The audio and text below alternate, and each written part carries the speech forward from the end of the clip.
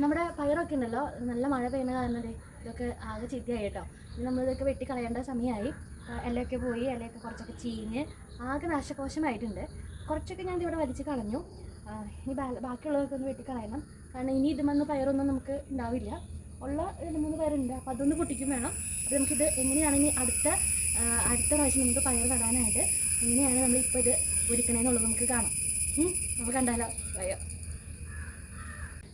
ഇപ്പോൾ ഇതാണ് കേട്ടോ നമ്മുടെ പയറിൻ്റെയൊക്കെ ഒരു അവസ്ഥ എന്ന് പറഞ്ഞിട്ടുണ്ടെങ്കിൽ, എല്ലാ വള്ളിയിലുള്ള ഇലയൊക്കെ ചീഞ്ഞ് പോയിട്ടാണ്. അപ്പോൾ അത് ഉണങ്ങിയും പോയിട്ടുണ്ട്, കുറേ ചീഞ്ഞിട്ടുണ്ട്. കുറച്ചൊക്കെ നമ്മളത് ഇവിടെ ക്ലീനാക്കി വെച്ച് അങ്ങനെ വലിച്ചിട്ടത്. അപ്പോൾ ഇവിടെ നിന്നൊക്കെ ഇതെടുത്ത് കളയണം. കാരണം മഴയായ കാരണം നമുക്ക് കണ്ടിന്യൂസ് ഒന്നും ചെയ്യാനും പറ്റണില്ല. നമ്മൾ എന്തെങ്കിലും ഒന്ന് ചെയ്ത് ഒരു 10 മിനിറ്റ് കഴിയുമ്പോഴേക്കും വരുന്ന മഴ. അപ്പോൾ അങ്ങനെ ഇട്ടിട്ട് പോയതുണ്ട്. ഇപ്പോൾ അത്യാവശ്യം നല്ല കാലാവസ്ഥ കിട്ടിയിട്ടുണ്ട്. ഇപ്പോൾ മഴയൊന്നുമില്ല, നമുക്ക് മഴയില്ലാത്തൊരു കാലാവസ്ഥയാണ് ഇപ്പോൾ. അപ്പോൾ വേഗം തന്നെ ഇതൊന്ന് ക്ലീൻ ആക്കാമെന്ന് വിചാരിച്ചു. കാരണം നമ്മൾ ഇപ്പോൾ ഇങ്ങനെ ഇതിട്ടിട്ടുണ്ടെങ്കിൽ ചീഞ്ഞ് കൊതുകൊക്കെ വരുവാണ്. പെട്ടെന്ന് തന്നെ അത് ക്ലീനാക്കി വൃത്തിയാക്കാമെന്ന് വിചാരിച്ചു. അതേമാതിരി തന്നെ നോക്കി നമ്മുടെ അപ്പുറത്ത് നോക്കി ചീരയും പൊട്ടിക്കാറായിട്ടുണ്ട്. അപ്പോൾ അതിൻ്റെ ഉള്ളിലൊക്കെ കണ്ടോ നിറച്ച് പുല്ലായിട്ടുണ്ട്. അപ്പോൾ അതൊക്കെ ഒന്ന് ക്ലീൻ ആക്കണം. നമുക്ക് ക്ലീൻ ആക്കാം അല്ലേ?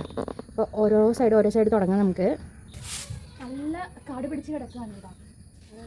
പിന്നെ നമ്മുടെ ചീരയുടെ അടിയിലൊക്കെ നന്നായിട്ട് പുല്ല് വന്നേക്കുവാണ്. ഗ്രോ ബാഗിൻ്റെ ഉള്ളിൽ അതൊക്കെ ഒന്ന് കളയണം. പിന്നെ നോക്കി ഓരോ തരം കുരുക്കൾ, എന്തുകൊണ്ട് വരുന്ന കുരുവെന്ന് എനിക്ക് മനസ്സിലാവണില്ല. ഇവിടെ പനി ഉണ്ടായിരുന്നു പണ്ട്, പനിയൊന്നും വെട്ടിക്കളഞ്ഞു.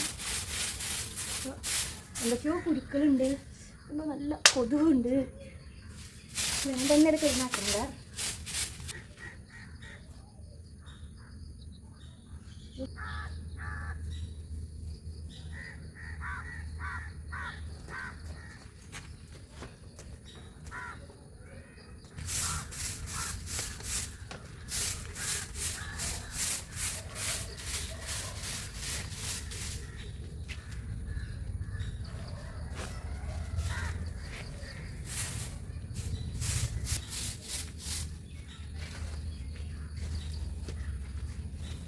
ഇത് നമ്മൾ കുറച്ച് ദിവസമായി ഇത് വെട്ടിയിട്ടിട്ട്, അത് കാരണം ഇതൊന്ന് അവിടെ കിടന്നൊന്ന് സെറ്റായി.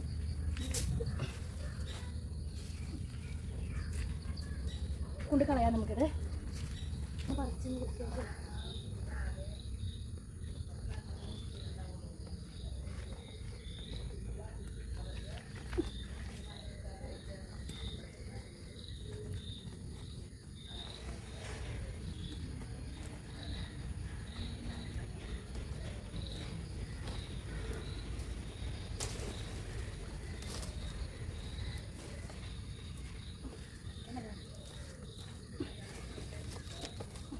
നമ്മുടെ മുളക് തൈമുണ്ട്, അത്യാവശ്യം നന്നായിട്ട് മുളക് ഉണ്ടായി തുടങ്ങിയിട്ടാണ്. മഴ പെയ്ത് കഴിഞ്ഞപ്പോഴാണ് ഇതും അത്യാവശ്യം മുളകൊക്കെ ഉണ്ടായി തുടങ്ങിയത്. അധികം വലുപ്പമില്ല, എന്നാൽ അത്യാവശ്യം ഉണ്ട് താനും.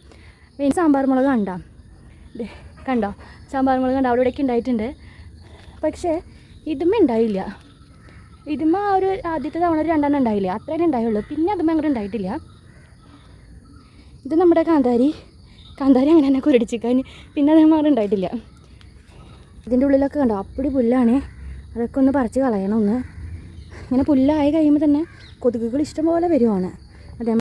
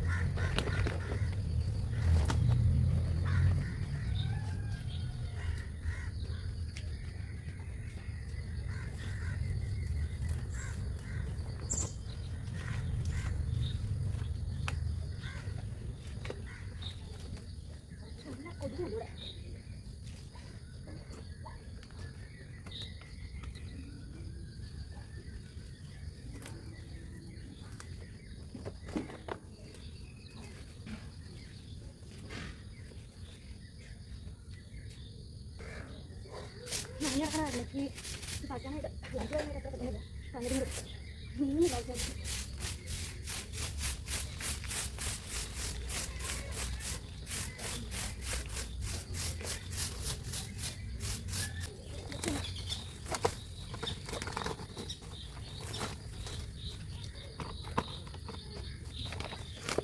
കുറച്ചുമ്പോൾ ശ്രദ്ധിക്കാം. ഓടെയല്ല ഒരു കഴിയുമ്പോൾ നമുക്ക് അപ്പടി പിള്ളായി നമ്മൾ കൈകൊണ്ട് പറഞ്ഞാൽ ശ്രദ്ധിക്കണം. കാരണം ഇവിടെയൊക്കെ പാമ്പൊക്കെ വരാൻ ചാൻസ് കൂടുതലുള്ള ഏരിയയാണ്. അങ്ങനെയാണ് നമ്മൾ പച്ചപ്പയറിൻ്റെ വിത്ത് കിട്ടിയിട്ട് നമ്മൾ മുളപ്പിച്ചിട്ടുണ്ടായിരുന്നില്ലേ, അതാണ് ഇതിൽ. പക്ഷെ മഴ പെയ്ത കാരണമാണോന്ന് അറിയത്തില്ല, അങ്ങനെ ഒരു വളർച്ച ഉണ്ട്, ഒരു സുഖമില്ലാത്ത വളർച്ച ചെയ്തത്. പക്ഷെ കുഴപ്പമില്ല, നമുക്ക് അവിടുത്തെ പയർ മൊത്തത്തിൽ മഴയൊക്കെ മാറുമ്പോൾ അവിടുത്തെ പയർ മൊത്തം കളഞ്ഞു കഴിഞ്ഞിട്ട് ഈ പയറൊക്കെ നമുക്ക് അങ്ങോട്ടേക്ക് മാറ്റാം. കാരണം നമ്മളവിടെ ഓൾറെഡി വലയൊക്കെ കെട്ടി സെറ്റാക്കിയിട്ടുണ്ടല്ലോ. അതൊക്കെയാണ് പ്ലാൻ. എങ്ങനെയാണ് നമ്മുടെ മഴയുടെ ഇതെന്ന് അറിയില്ല. മഴയുടെ അനുസരിച്ചിരിക്കും നമ്മളെല്ലാ കൃഷിയും. പ്രത്യേകിച്ച് നമ്മൾ ഈ പച്ചക്കറി നടുമ്പോൾ ഈ പയർ, വെണ്ട, മുളകിനൊക്കെ മഴ ഭയങ്കര പ്രാധാന്യമാണ്. മഴ കൂടിയാലും കുറഞ്ഞാലും പ്രശ്നമാണ്.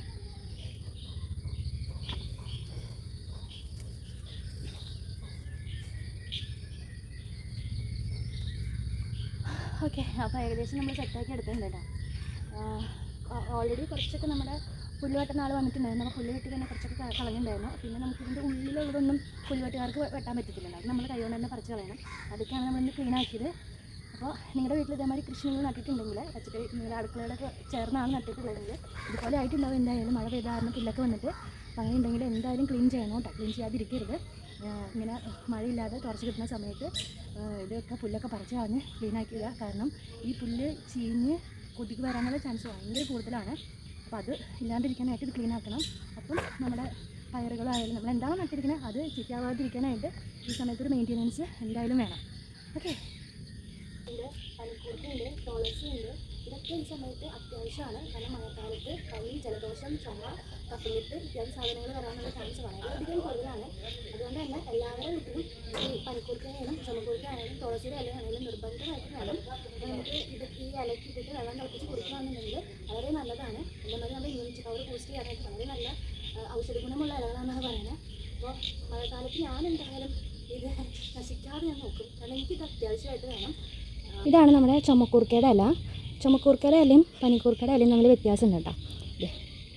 ഇതാണ് നമ്മുടെ പനിക്കൂർക്കയുടെ ഇല, രണ്ടും വ്യത്യാസമുണ്ട്. നമ്മുടെ പനിക്കൂർക്കയുടെ ഇലയ്ക്കാണ് കുറച്ച് കട്ടി കൂടുതലാണ്, ചുമക്കൂർക്കയുടെ ഇലയ്ക്ക് കട്ടി കുറവാണ്. അല്ല, പനിക്കൂർക്കയുടെ ഇലയുടെ തണ്ട് വെളുത്തതും ഇതിൻ്റെ തണ്ട് എന്താ പറയുക ഒരു വയലറ്റ് കളറുമാണ്. ഇതാണ് അതിൻ്റെ വ്യത്യാസം. രണ്ട് ഗുണമാണ് കേട്ടോ. രണ്ടും വളരെ നല്ലതാണ്. ഞാനിപ്പോൾ മെയിനായിട്ട് ഉപയോഗിക്കുന്നത് വെള്ളം തിളപ്പിക്കാനാണ്. വെള്ളം തിളപ്പിച്ച് കുടിക്കുന്നത് വളരെ നല്ലതാണ് കേട്ടോ. ഇമ്മ്യൂണിറ്റി പവറിന് ഏറ്റവും നല്ലതാണെന്നാണ് പറയുന്നത് ഈ സമയത്ത്. കാരണം മഴക്കാല രോഗങ്ങളിൽ പെടുന്ന പനി, ജലദോഷം, ചുമ ഇതൊക്കെ എല്ലാ വീട്ടിലും ഉണ്ടാവും. ആ വീട്ടിൽ അങ്ങനെയുള്ള സമയത്ത് ഈ വെള്ളം കുടിക്കുന്നത് വളരെ നല്ലതാണ്. പനി വരുന്നത് മാത്രമല്ല കേട്ടോ, പനി വരാതിരിക്കാനും ബെസ്റ്റ് തന്നെയാണ്. അപ്പോൾ ഞാനെൻ്റെ കൃഷിയിടമൊക്കെ നന്നായിട്ട് വൃത്തിയാക്കി ഇട്ടിട്ടുണ്ട്. അപ്പോൾ നിങ്ങൾക്ക് ഇതുമാതിരി കൃഷിയിടം ഉണ്ടെങ്കിൽ വേഗം പോയി വൃത്തിയാക്കിട്ടോ, സമയം കളയണ്ട. ഇതേമാതിരി മഴയില്ലാത്ത സമയത്ത് പെട്ടെന്ന് പോയി ക്ലീൻ ആക്കിട്ടോ. അപ്പോൾ അടുത്ത വീഡിയോയിൽ കാണാം. അതുവരേക്കും എല്ലാവർക്കും ബൈ. മറന്നു പോകരുത്, വീഡിയോ ഇഷ്ടപ്പെട്ടിട്ടുണ്ടെങ്കിൽ ലൈക്ക് ചെയ്യുക, ചാനൽ സബ്സ്ക്രൈബ് ചെയ്യുക, നിങ്ങളുടെ അഭിപ്രായങ്ങൾ കമൻറ്റായി രേഖപ്പെടുത്തണം. ടാറ്റാ.